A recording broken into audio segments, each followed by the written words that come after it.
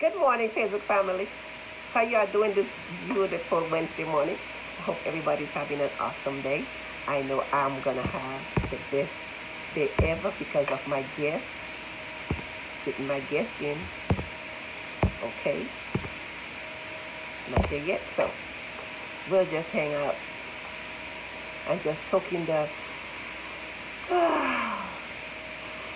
It's good. It's good to be here today. It's very good. It's very good to be here. Oh, nope, no, no, no, no, no, no, no, no, no, no. Okay, good morning, good morning, good morning, good morning, good morning. My guest is taking their sweet time to come on. So I'm waiting for my guest to pull in. Ding, dot, ding, dot, ding, dot. Where is my guest? Mr. Technology. What is he doing? Waiting, waiting, waiting. Waiting. Okay, right here. There he go. There he go. There he. Uh-oh. So.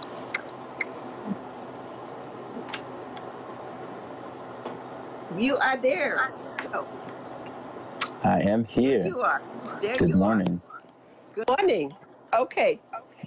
All right, Facebook family. Good morning, good morning, good morning. My guest today, wow. Okay, I said this was gonna be some emotion for me here with my guest today because my guest today made me stronger than I am today because I had to be strong for him to show him and teach him things. So, you always want your children to have more than you have. Even though I didn't want for much when I was growing up, and I pray for the same for him that I offered him the best that I could, and that's what I did. There is no wonder why my son chose public speaking. He was always that way. When he was 4 years old, he wanted to go to the bathroom, and he didn't want me or his dad to take him. So I said, okay, I guess you're 4 years old. You want to be a little man. So he went on in there, and I said, I wonder if everything is going okay. I wonder if everything going okay. And then what happened? He walks out with an older gentleman, and the gentleman said to me, you have an amazing son. He could not reach, so he said, excuse me, can you help me? And I said, look at that, well-mannered young man. But the one that really got my blood pressure up and my ulcer that I don't have was, he was 8 years old, and he was coming to visit me in Louisiana. The plane landed, so I'm all excited for him to deplane. And I said, wait a minute, he's in first class. That means he comes up first. And I'm sitting there waiting, no LaRon. I said, my God, where is LaRon? Everybody was off the plane. I said, no, something is wrong. My son is on that plane, but he's not here, so something is wrong. So I'm back to the counter. I said, wait a minute, where's my son? They said, well, ma'am, the manifest, he's on the plane. I said, no, because he's supposed to be with me right now. And I said, Lord, so now I go back. What do I see? He like nothing, walking towards me with a pilot holding his hand. And I'm saying, oh my gosh, oh my goodness, really, LaRon? And the pilot said to me, you have an amazing young man. The question that he asked, it was like out of that mouth. Then I clicked in my head, at 4 years old, my mom says, Hermie, can I get LaRon a computer? And I said, sure, get him a computer. So I'm thinking it's one of those B-Tech baby computer. No, she got him a desktop at 4 years old. So no wonder he's into computers and he's into his public speaking. So, Facebook family, thank you for joining me today with my wonderful son, LaRon Bell. So let me read his bio so we can kick this public speaking off. Thank you. Okay, here we go. He was born in the lovely city of Hollywood, Florida. He grew up a military brat. Grew up. He was raised in many places like Fort Bragg, North Carolina, Fort Polk, Louisiana, and Fort Benning, Georgia. He visited the island of my birth, Grenada, 4 times, and he spent a summer in South Korea with me. That was amazing. In 2007, he started his collegiate career at Southern Polytech State University, and he is representing today. He's wearing a shirt. He has everything Southern Polytechnic today. In the same year, he joined his school forensic public speaking team. He traveled to various colleges in the South for 4 years and enjoyed every minute competing. In 2010, he received his highest score, placing second in the Georgia State Tournament in the category of prose. He was also given the great opportunity to serve as team captain for his last 2 years. After graduating in 2011, he transitioned from being a competitor to a judge. He scored college students in categories of informative speaking, persuasive speaking, prose, dramatic interpretation, poetry, and impromptu speaking. After 2 years of serving as a judge, he took a hiatus to focus on completing his MBA. He continued to stay involved in public speaking by providing coaching lessons to peers, colleagues, and other individuals looking to hone in their skills. In 2014, he started his data center engineering career at Hewlett Packard. This has been his career path for the past 6 years. He also runs his own counseling and coaching business, which provides mathematics and public speaking services. His company provides math assistance starting with Algebra 1 and going all the way to Calculus 2. He has a credit repair business.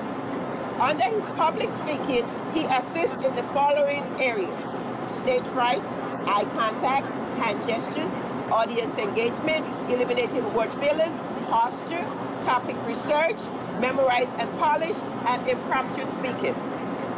And lastly, which is most important to him, he is happily married to his wife, Brittany, who will be celebrating their 4th wedding year anniversary this year. They have 2 beautiful daughters, Nyla and Maya, aged 3 and 1. Due to the current COVID-19 pandemic, they are providing them with personalized homeschool lessons. Welcome, Mr. Bell. Welcome. Thank you so much, Mrs. Bell. That bio and those stories, of course, were heartfelt and appreciated so much. Just hearing those words just made me feel tingly inside. I really appreciate that. And very, very happy to be here. I've been following you since the beginning, of course, since my beginning. And these shows have been absolutely amazing. It's an honor to be a guest here on your show. And I do have one disclaimer, though. I am not a certified public speaker. My experience resides primarily from my years of being a competitor, my years of being a judge, and my years of being a coach. Okay, thank you. Okay, my friend Catherine sent me a joke. I'm not Seinfeld, okay? I am not Seinfeld. I can try to be Seinfeld, but I'm just going to portray this joke. The average person was asked,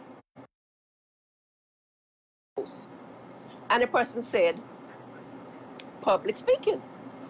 They said, okay, wait. Then if you have that is your number 1, what's your number 2? The person said dying. So wait a minute now. Let's wait a minute here. So you rather be in a coffin than to give the eulogy? Yeah, that's max stage fright. So with that being said, Mr. Bell, stage fright, what tips can you facilitate that could get somebody that is stage fright to help them? I see you started off with the big one first. Huh? We're getting right into it. I'm nervous right now. Me too. Well, my answer to that, a lot of times, most people don't like to hear the answer because it's a little cliche, and it is, but it's the truth. And that is practice, practice, practice, and more practice. Really? I know. But practicing in various different types of ways. I recommend taking your practice and breaking it down into levels. Okay. Levels. Taking it first at the solo speaking level, meaning just talking yourself. Speaking out loud. I know, you gave me that look. I know. I know people say it's okay to talk to yourself as long as you don't answer yourself. No. Yeah. No. I personally believe it's okay to answer yourself, because if you answer yourself, you hear how you sound when you answer yourself. Okay. That's a good point. When you're speaking publicly, you're speaking to audience members, you're speaking to people, and they're going to hear you. So in order to practice and hear that sound of what they hear, you have to hear yourself, right? Okay, yes, right. Now we're in this technology era. It's pretty easy. We all mostly have smartphones.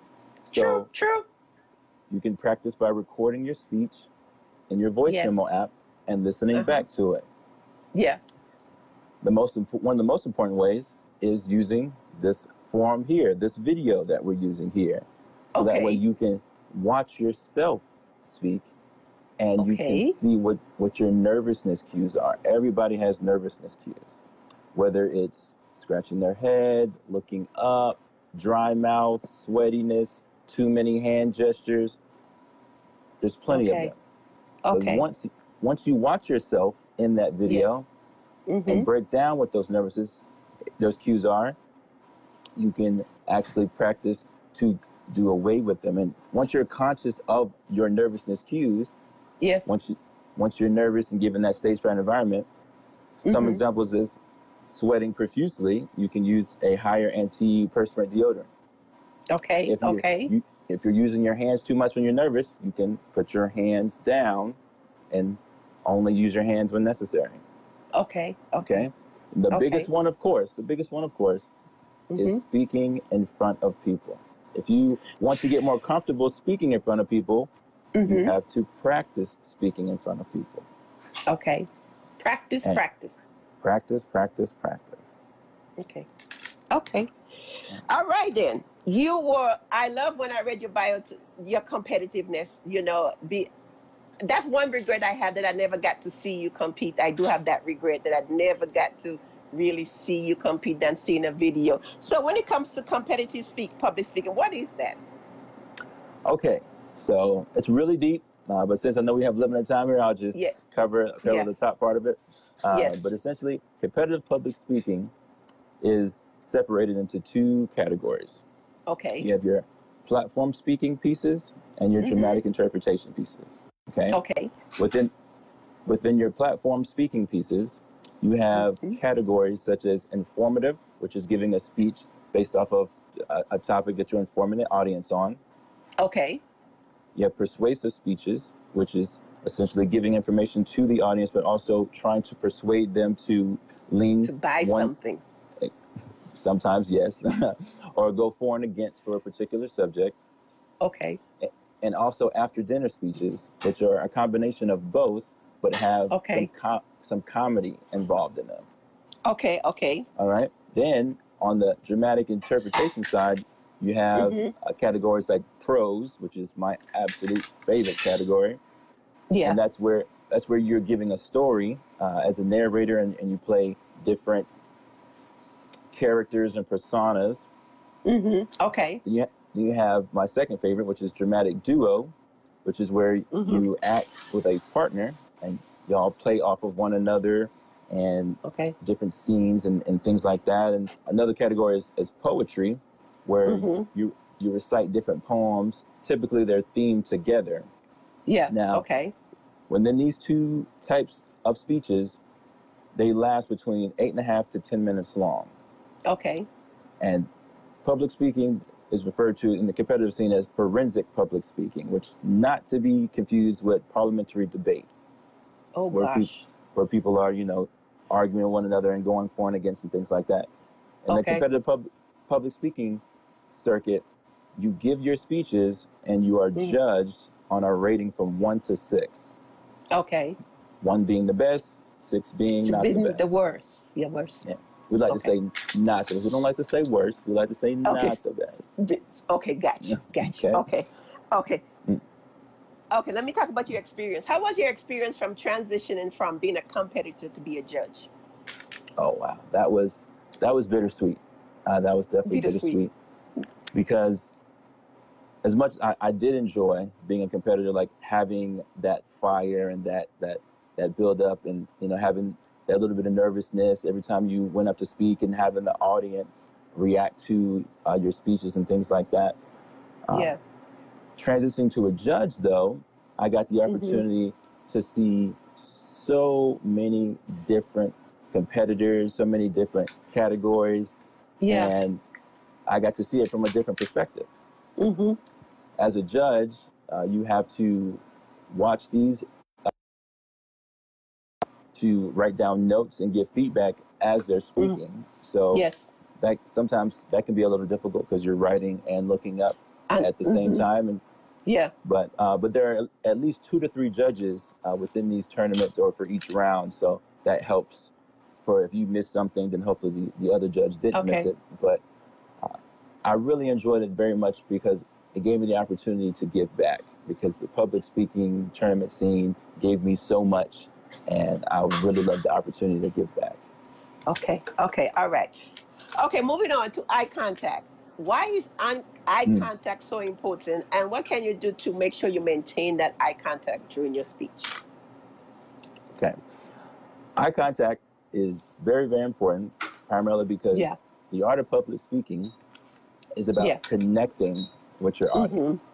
Yes. It's about grasping that audience, okay? Yes. Yes. And eye contact is one of the primary ways to do so. Okay. Because when you lock eyes with somebody, that Mm-hmm. connection is something that isn't comparable to a lot of things out there, okay? Okay. Yes. But one little hidden, unknown ideal is that when you give eye contact to somebody, Mm-hmm. this is known primarily in the acting world. You don't look directly into their eyes. You look right here. Right here. Okay. And the reason why that Okay. is because not everybody reacts the same when you look into what's known as the windows to the soul. When you look in Mm-hmm. the eyes, Mm-hmm. some people may feel a little bit uncomfortable if you're looking directly Clean. into their That. soul right Yeah. there. You're right there. So, No. No. No. um, Don't like that. so by looking here in your Okay. audience, it gives, of course, the illusion that you're getting good eye contact, but you're not Okay. just staring them down. Okay. Okay. And the Okay. one good way to maintain that eye contact during the speech, Yes. if you have an audience of, let's say, anywhere between 1 or 2 and more people, Mm-hmm. is to sway, to sway, Sway. to sway. Sway. And Sway. and what you want to do, Yes. you want to look at your crowd, okay, and see who is giving you eye contact. Okay. You want to find those people who are Uh-huh. giving you eye contact, because it's known that when you're giving a speech, some other people, it sounds kind of rude, don't even care what you're saying. Okay. And True. That's true. Yes. they're not even giving you eye contact. They're in another world. They're probably in their phone. So Yes. what you want to do is transition from right to Uh-huh. left and from left to right, Okay. locking eyes or locking foreheads Yeah. with different people in the crowd. And when you do that, Okay. you're connecting with one and one and one and one. And so you're essentially Okay. connecting with everyone in the audience. Okay.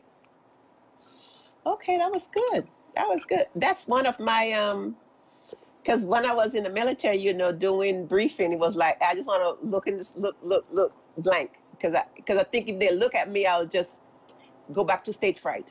Mm-hmm. Okay, now this is one of my thing I know that I have. I don't know if I still do it as much as I used to.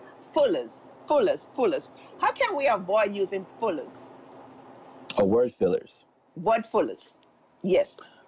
Okay, well that's kind of a 2-part question in a sense, because Okay. in public speaking, you have 2 primary categories where you have a prepared speech Yes. and you have an impromptu speech or impromptu speaking. Essentially, Okay. what we're doing right now is impromptu speaking. Okay. I don't have a script. You, of course, Mm-hmm. have questions, but this is more of a conversation that we're having, Okay. Okay. which is what typical public speaking is having a Yeah. conversation. That's right. Yes. But if you don't have a prepared script and you are going Mm-hmm. off of your mind and off Yeah. of your passions and things like that, Uh-huh. it's sometimes acceptable that you're going to take a pause to think. And I may have even said in this whole conversation because I was Yeah. trying to think. But one recommendation in the impromptu world Uh-huh. is to take a moment. If you get asked a question or if you're trying to get your thoughts together in a point that you're trying to make, Mm-hmm. take a little pause. Okay. Instead of using the or the the basically, Take a breath. simply slow down, take a breath, slow down your response. I know a lot of mediums now, when we're watching them, they have no space in between some of the sentences, like where the video is edited and it looks like this, like, hi, how are you doing today? I'm doing well. Would you like this? Yeah, like where it's just constant Yeah. flow. Running. Yes. Slow I down. understand. Slow down. Yes. Take your time. But Take that's your for time. impromptu speaking. Yes. For prepared speeches, Mm-hmm. no word fillers. Because if you, actually I should say no, this is sign language for no. No word Okay. fillers for a prepared speech. Because in a prepared speech, Yes. you have to do that word I said at the very beginning.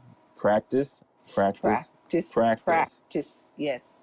And make sure that you know your speech from beginning to end. And once you know your speech that well, that's when you get into that memorization. You have to make sure that you memorize your speech from beginning to end and polish it. Polish is very important. Okay. Very, very important. The difference between polish and memorization is knowing all of the words to your speech. You memorize the entire speech, verbatim. But polish is you're able to recite that speech effortlessly with no word fillers, with no hesitations, and just flow. So that's where the practice comes into play. Exactly. Okay. We have a question before we go to my question. How do you keep focus in the screen?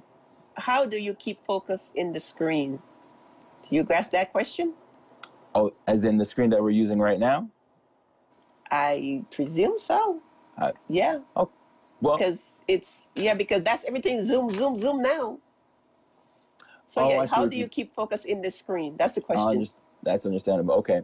So I have a little trick for that. Okay. Got a trick for everything. I try to. I've been doing this for a little while. Okay. Yes. So depending on if you have a phone, that's what we're using right now, or depending on if you have a laptop. Okay. A lot of times, like right now when we're speaking to one another on this call, we are looking at each other's face on the phone, right? Yes. Okay, yes. Even though in order to technically have a connected eye contact, we should be looking at the camera on our phone. Okay. But if we look at that camera, we're not going to be completely focused on the person speaking, right? True. One thing, it sounds weird and random, but you can post a picture above your phone or above your camera of a loved one, of a random person, a face right above your camera, and you look at that picture as you're speaking. So that way you're giving eye contact to the image that's right behind your computer screen where the camera is. So it gives an illusion that you're looking at the people on that Zoom call or on that Facebook video. I don't know if that sounds kind of weird, but I don't know. Did that answer your question, PK? Let me know if that answered your question. If not, we'll try to delve a little bit more into it. Okay, so just like she did, she asked that question. That's the way of keeping us engaged. So that's the next question I wanted to go and ask you. How does one keep the audience engaged throughout a speech? Okay, yeah, there's several ways to do that. One of the main ones is actually the first question that you asked, and that's eye contact. That, of course, gets people listening to what you're saying and making sure that you have that confidence that you are confident about what you're speaking and you're confident about how you're speaking.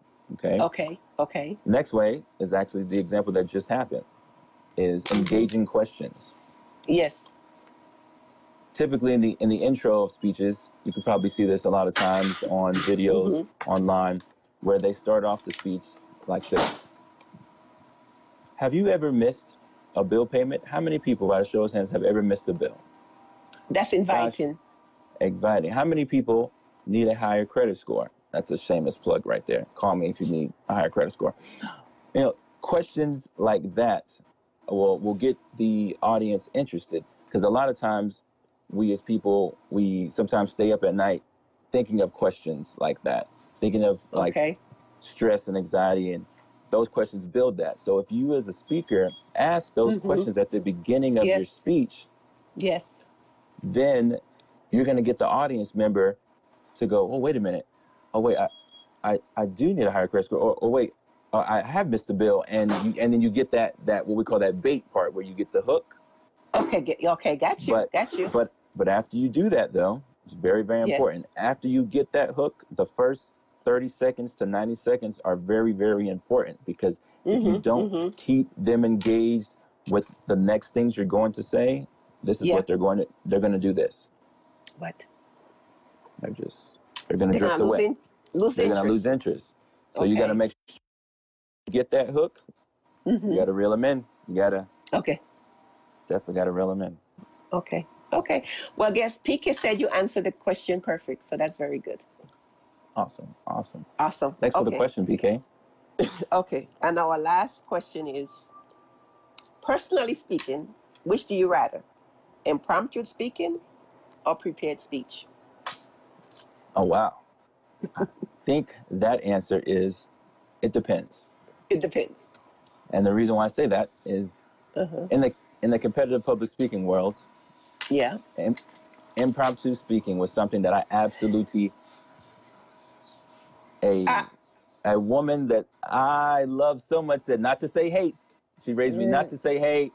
I despise, I loathe, I cannot Don't stand say that word. No. impromptu speaking. I cannot stand impromptu speaking. And the reason why was because the impromptu speaking category in the competitive public speaking world was, you are a competitor where you don't know what topic you're about to speak on. You're given a quotation. You can't call it a quote, a quotation. And it'll typically be on a current event topic where you have to then take anywhere between 30 seconds to a minute and a half to prepare your intro, your points, and your conclusion about a 5.5 minute long speech on that quotation and on that topic. But you don't get any preparation time before that. And I don't like that. Now, unless, though, this is why I said it depends, is that in this form right here, this platform right here, you're asking me questions about a topic I'm very passionate about. Very. And that I'm knowledgeable about. And so I'm able to speak. And of course, I've answered some of these questions before in the past. And I feel that when you're speaking from your heart about something you're passionate about and you're going off the cuff, that you say things that you may have not even said when you're doing a prepared speech. Oh, okay.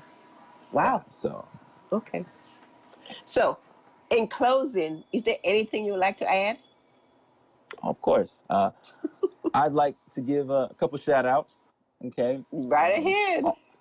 On this road of public speaking. First, I'm going to start with Dr. Mark Stevens, who was actually one of my first public speaking coaches at Southern Polytechnic State University, who helped me with my informative speeches, dramatic interpretation duos, and as well as my favorite category, prose. And he really helped me to understand the art of public speaking, and really started off holding my hand because I had no idea what public speaking was. And he really helped me mold me into the man I am today with his mentorship and his guidance. Helped me to pronounce words correctly, like malevolent and escape and not escape, or asked and not axed. But I am very, important very to pronounce right. True. I'm what very if you have an accent? What if you have an accent? What happens then? Like me? You get a pass. You definitely get a pass. Thank you. Two more shout outs. Another one to Mr. York, who was also one of my public speaking coaches. She came in around the end of my public speaking career, and she is by far one of the sweetest and most down-to-earth people when it comes to public speaking. And she's a straight shooter. She'll give it to you straight. If you say something and it's trash, she's going to tell you it's trash. And I needed to hear that. Yes, I definitely needed to hear that. But she's so warm, and actually, I work with her to this day within my coaching company. She's one of the contractors that I work with. Awesome. And one more shout out, and that is to Professor Jack Haley, who was my very first public speaking coach. He was my first public speaking teacher in 2007. And he's actually the reason why I got into public speaking. I would have not even known about the team. I wouldn't have known about anything if he didn't recruit me. Yes. Unfortunately, he's no longer here with us, but I know rest in peace. Yeah. he's up there. He's up there, yes. And looking down, shining, yes. Yeah, shining. May you yes. rest in peace, and thank you so much, Jack Haley. I really appreciate it. Yes, yes, yes, yes. Oh, your Auntie Steph just came on. You got to give her a shout out. Hey, Auntie. I think it's family time. We got visitors. Do we have visitors? Little ones. Yeah, Do we have visitors? We got little ones trying to come in. We got visitors. Yeah. We have visitors. Hey, look. We have visitors. Who we have? Who is this? Who is this? Who's that? Who is this? Grandma. That is Grandma. Yes, that is Grandma. Yeah, that is Grandma. That is my mom. Look at that, Nyla. Nyla, love you. Mm-hmm. Say love you. Mm-hmm. Say hi. give her a shug. Mm-hmm. Got my sugar. That is my granddaughter. Oh, okay. Are you going home? Okay. All right. Yeah, she's talking. She says hi, and she says, I'm in virtual camp. Yeah, and then PK said, too cute. Yes, this was amazing. You know what, though? I fondly remember this when you were 3 years old, when I told you that I'll be right back, you know. You were 3 years old. 3. 1, 2, 3. 3 years old. And I said to you, I'll be right back. And I was gone for 6 months. And as soon as I got to, it took me about 7 hours to get to my destination. And I called Grandma to talk to you. Nope, 3 years old. No, she told me she'd be right back. She told me that's taking a long, long time. No, I don't want to talk to her. So at 3 years old, you were already trying to do the mouth, do the talkie. And look at you today, you're still doing the talk. But you know what, I do have to say something though. I feel that you had more to offer. Can I ask you on here that you could do a part 2 of your public speaking? Because I know you have more to offer. My calendar is always open for you. I can't wait for part 2. Awesome. Well, thank you very much, Mr. Bell, for being here. Thank you so much. You are amazing. I'm super proud of you, and I'm just super proud of you. Super proud. So, well, Facebook family. Wait. Okay, I'm sorry. I want to thank you. You were my first teacher in life. You were my first example of what it meant to be a public speaker and how to care for people and how to do right things for people and to treat others as you wish to be treated, and all these morals and ethics that you bestowed onto me. So I want to thank you, Mom. Okay. Yes, you may. Okay, that's it. Okay, your auntie said you got the world by the tail. Amazing dad. Super proud of you. Anyway, Facebook family, thank you so much for joining me. And you heard it from Mr. Bell. He will be back for part 2. So you all have a wonderful day. And I'll see you all next week. Bye. Bye-bye. Bye.